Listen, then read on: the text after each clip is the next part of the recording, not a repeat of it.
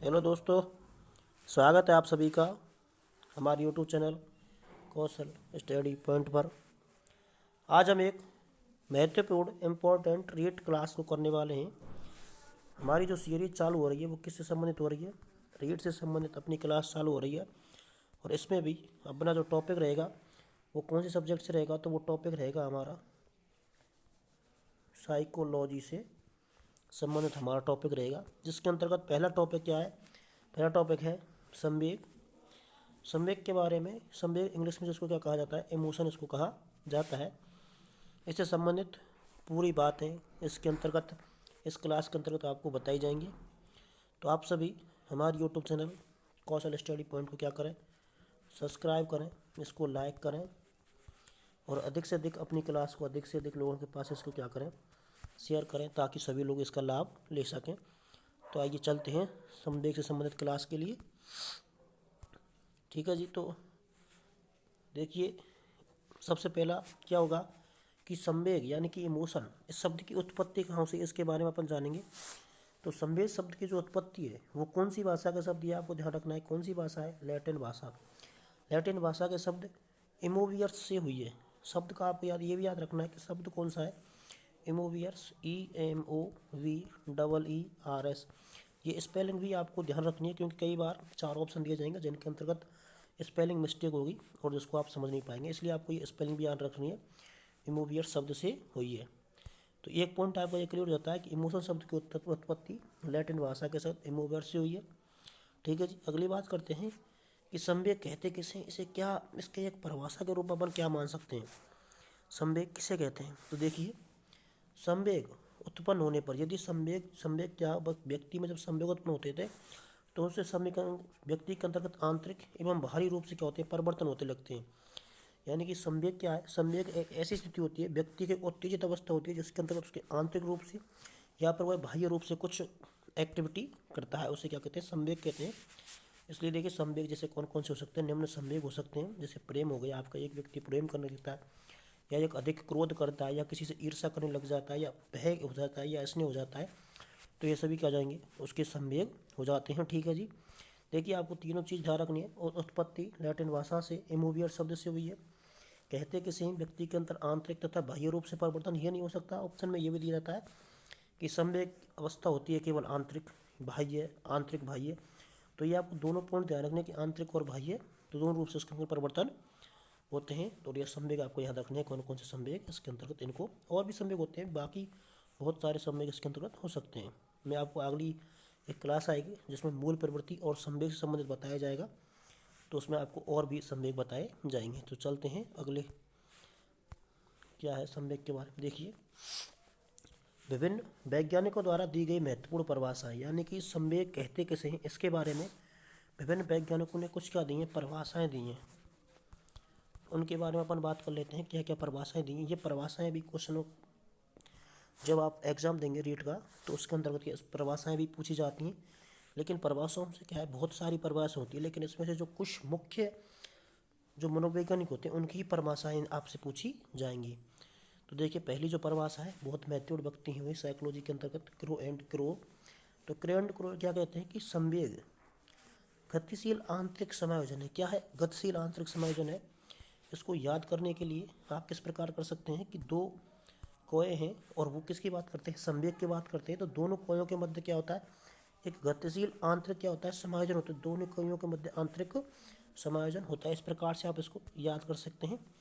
तो crow and crow के अनुसार क्या परिभाषा हो जाएगी, संवेग गतिशील आंतरिक समायोजन है। ठीक है जी। चलते हैं अगली परिभाषा की तरफ। अगली जो परिभाषा हो जाएगी वो हो जाएगी जेम्स ड्रेवर।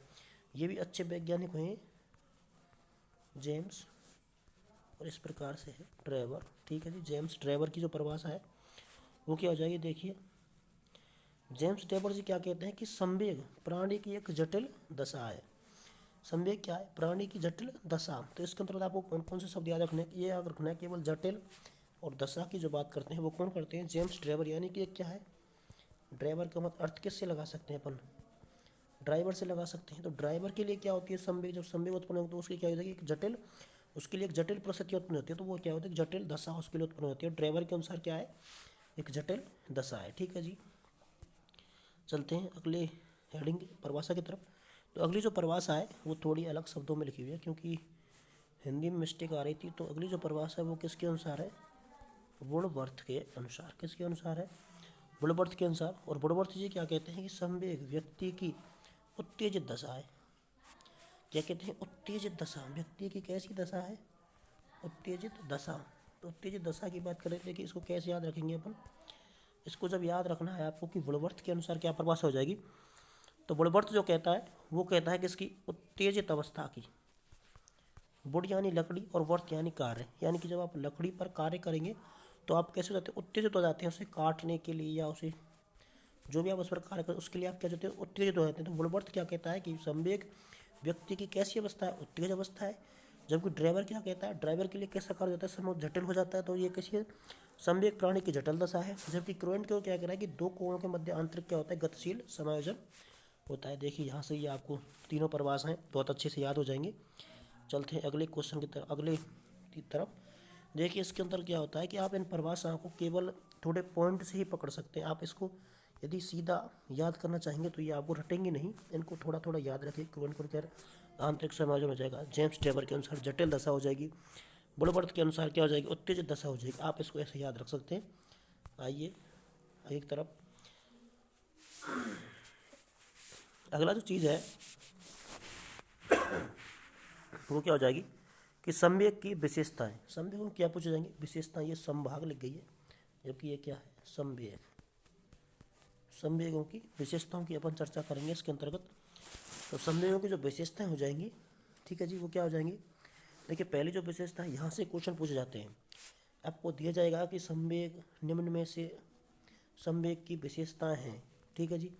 उसके बाद आपको 4 ऑप्शन दिए गए, या पूछा जाएगा इनमें से सही है निम्न में से। तो उसके अंदर इन विशेषताओं से महत्वपूर्ण क्वेश्चन पूछे जाते हैं।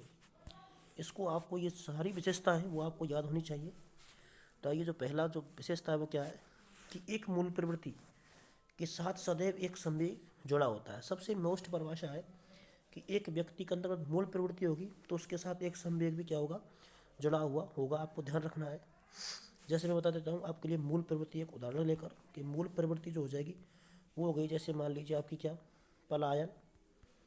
तो पलायन मूल प्रवृत्ति के साथ आपका एक संवेग, कौन सा संवेग? तो वो होगा आपका भय। एक व्यक्ति भागेगा तभी जब उसको क्या लगेगा? भय लगेगा। तो ये एक मूल प्रवृत्ति के साथ हमेशा एक संवेग क्या होता है? जुड़ा हुआ होता है, ठीक है जी।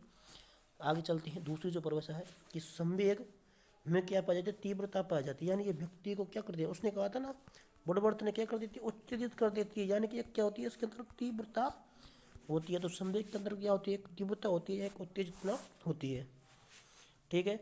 अगली जो विशेषता है कि संवेग के कारण सुख और दुख की अनुभूति होती है। संवेग कितने प्रकार के? संवेगों के में अगली एक क्लास आएगी, उसके अंतर्गत आपको अगला जो पार्ट है वो बताया जाएगा। संवेग मुख्य 2 प्रकार के होते हैं, एक तो सुखात्मक संवेग और एक दुखात्मक संवेग।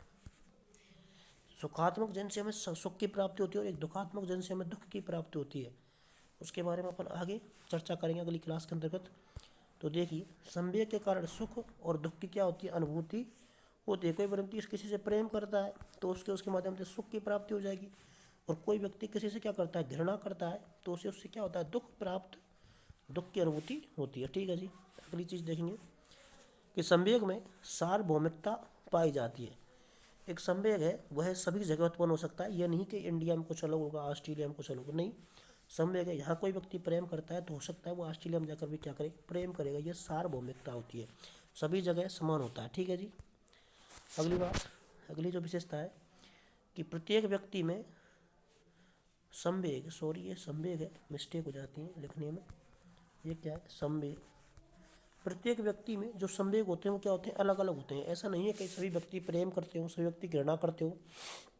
तो इसकी से क्या हो जाता है कि प्रत्येक व्यक्ति में संवेग क्या होते हैं? अलग अलग होते हैं, ठीक है जी। देखिए अगली छठी जो विशेषता है कि संवेगों का, इनका व्यक्ति क्या कर सकता है? स्थानांतरण कर सकता है। कोई भी संवेग है उसका व्यक्ति क्या स्थानांतरण कर सकता है। स्थानांतरण मतलब उसे दूसरी जगह पर भेज सकता है या दूसरी जगह उसको स्थानांतरित कर सकता है। यानी कि किसी व्यक्ति पर गुस्सा आ रहा है आपको, तो आप किसी चीज़ को भी फोड़ सकते हो, तोड़ सकते हो उसको। तो ये क्या हो जाता है? ये उसके संवेगों क्या होता है? स्थानांतरण कर सकता है व्यक्ति, ठीक है जी।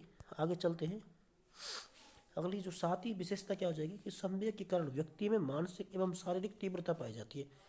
यानी तीव्रता तो पाई जाती है, हमने पहले ही बात की थी, उत्तेजना होती है इसके अंतर्गत। लेकिन उत्तेजना भी कैसी हो सकती है, दो प्रकार की, या तो मानसिक हो सकती है या फिर कैसी हो सकती है, शारीरिक हो सकती है। ठीक है जी। अगली जो विशेषता हो जाएगी कि संवेग क्या होते हैं, अस्थायी होते हैं। यानी कि संवेग कभी भी क्या नहीं होते, स्थायी नहीं होते, इनको बदला जा सकता है। तो संवेग कैसे होते हैं, अस्थायी होते हैं। ठीक है जी। तो आज की क्लास अपनी यहीं समाप्त होती है। अगली क्लास के में संवेगों के बारे में, संवेगों का वर्गीकरण, संवेग के कितने पार्ट होते हैं, कौन कौन सी मूल प्रवृत्ति के साथ कौन सा संवेग जुड़ा हुआ होता है, इस विषय के बारे में चर्चा करेंगे। ठीक है जी। तो आप सभी हमारे